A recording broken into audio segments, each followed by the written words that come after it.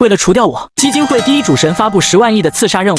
三金先生的操作果然高端，让人叹为观止。罗斯切尔德先生这么晚打电话过来，是有什么事情要吩咐吗？吩咐谈不上，只不过想请三金先生赏脸吃个饭，不知道您可否愿意？吃饭，我看是鸿门宴吧。地方可以你选，我是带着诚意想跟三金先生吃这顿饭的。那你来我别墅。半小时后，所罗门来到三金的别墅。三金先生比上次见面更加意气风发了。你白头发倒是多了不少，这几年烦心事不少吧？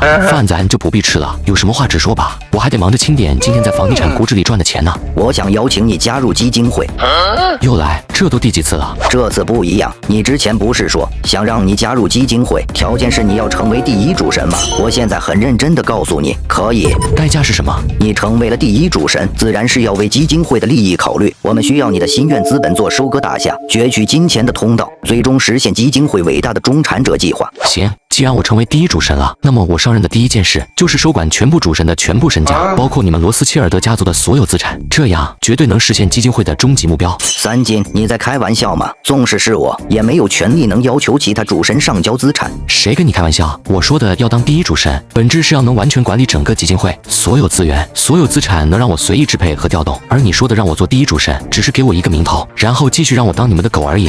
那我换个条件，你加入法国国籍以后，基金会的所有资源都可以随你调用。要知道，法国国籍可是你们许多大夏人想申请都申请不到的。那我也换个条件吧，你加入大夏国籍，心愿资本你可以随意支配，没有其他附加条件，如何？所罗门瞬间陷入了沉默。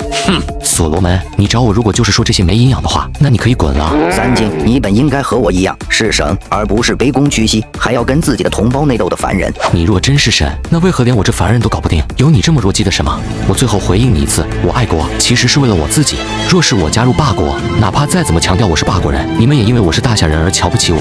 所以我为什么不努力把大夏抬到世界第一的位置呢？只有大夏强大到没有任何人敢瞧不起的地步，我才会赢得应该有的尊重。为国奋斗的本质就是为了我自己。很好，你成功的让我对你失去了所有耐心。我也是个非常怕麻烦的人。你不是押上全部身家叫嚣做空霸国房地产吗？那我也趁着这次机会玩一把大的，一次性解决你跟你的心愿资本。你早这么说不就完了？何必假惺惺的装作要招揽我？那你是决定要跟我决一死战了？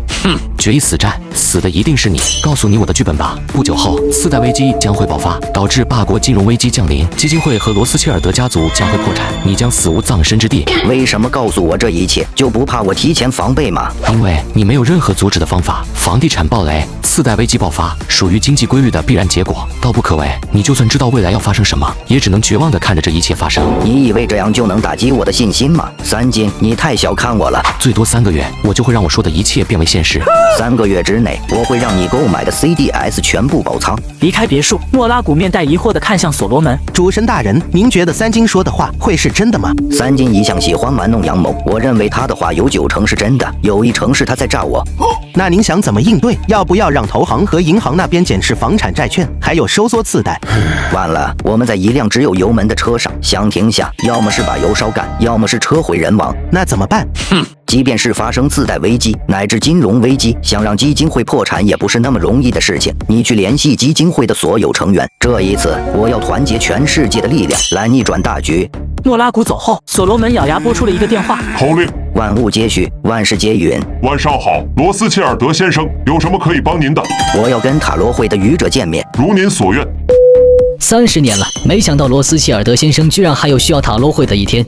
塔罗会0号愚者、1号魔术师、2号女教主，哪怕是最低的21号，每年都能享有10亿的金钱。没想到这30年来，1号到21号平均已经更新迭代了上百次了，愚者依然还是你。基金会的主神这30年更迭的也不少，第一主神不也依然是您罗斯切尔德先生吗？我们之间无需废话，发布任务吧。这次的任务比较特殊，如果我输给了3金，马上发动所有塔罗会成员，不惜一切代价暗杀3金。如果我赢了，我会支付给你200亿的报酬，你就当无事发生。白龙王3金，他现在可是大夏的天龙星，鸿蒙会之主，世界第3大公司星月资本的老板，暗杀他一个不慎就会让塔罗会陷入灭顶之灾。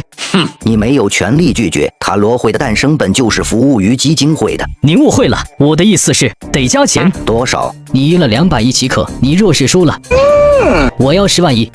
什么？你这完完全全是抢劫！不，你这简直就是在抄家！刺杀霸国地主，你也只要500亿而已，区区一个白龙王，你居然敢要10万亿？是你疯了，还是我疯了？知道上一任愚者是谁吗？是谁？恐怖攻。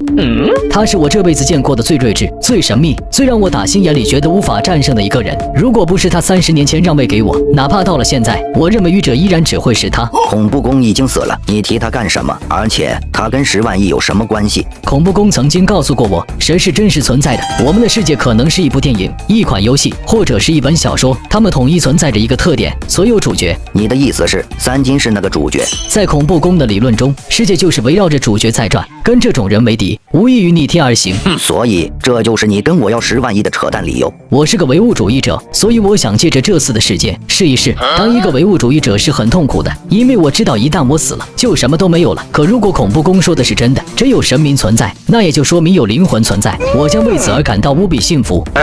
妈的，这货怎么越来越像早期的恐怖攻了？罗斯切尔德先生，三金死了，心愿资本也会是您的囊中之物。况且我并不想赚这10万亿。那你想安稳拿我的200亿吗？也不想。我觉得你不该叫愚者，该叫谜语人。10万亿就10万亿，我答应了。基金会那边动静很大，所罗门似乎要动用全世界的力量来维护霸国的经济。三金，你确定要一意孤行下去吗？你面对的敌人很可能是整个世界。他们越反对，就越是说明我做对了。这一次倒跟我站在一边，我无所畏惧。你有心理准备就好。再跟你汇报一些好玩的事。原本我以为华尔街、霸国的顶级金融机构会有多牛呢，结果调查后才发现，原来这些人玩金融的手段竟然全是靠骗。销售骗客户，经理骗老板，老板骗官方，官方骗百姓，所有人都是骗子。而这些骗子竟然在一起搞出了全地球最大的金融体系，实在太让人瞠目结舌了。人们总希望有权威来告诉他们如何做出选择，可惜他们选择的权威往往也只是诈骗机构。霸国的官方跟老百姓，霸国的金融机构跟客户，就是这样的关系。你把你得到的资料发给我，我有用。还有，以我的名义去通知一下新院系和鸿蒙会的成员，让他们能拿多少钱出来就拿多少。我现在很缺钱，史无前例的缺钱。你为什么不自己回去说呢？以我现在的资源和人脉，想给基金会和霸国一次致命攻击，几乎是不可能的。我需要去游说各国的中立者，让他们加入进来，一起跟基金会对抗。我明白了。霸国克里夫财团、日落帝国丘吉尔家族、兰西帝国卡文迪许财团，如果能将这些财阀联合起来，那胜利的希望将大大增加。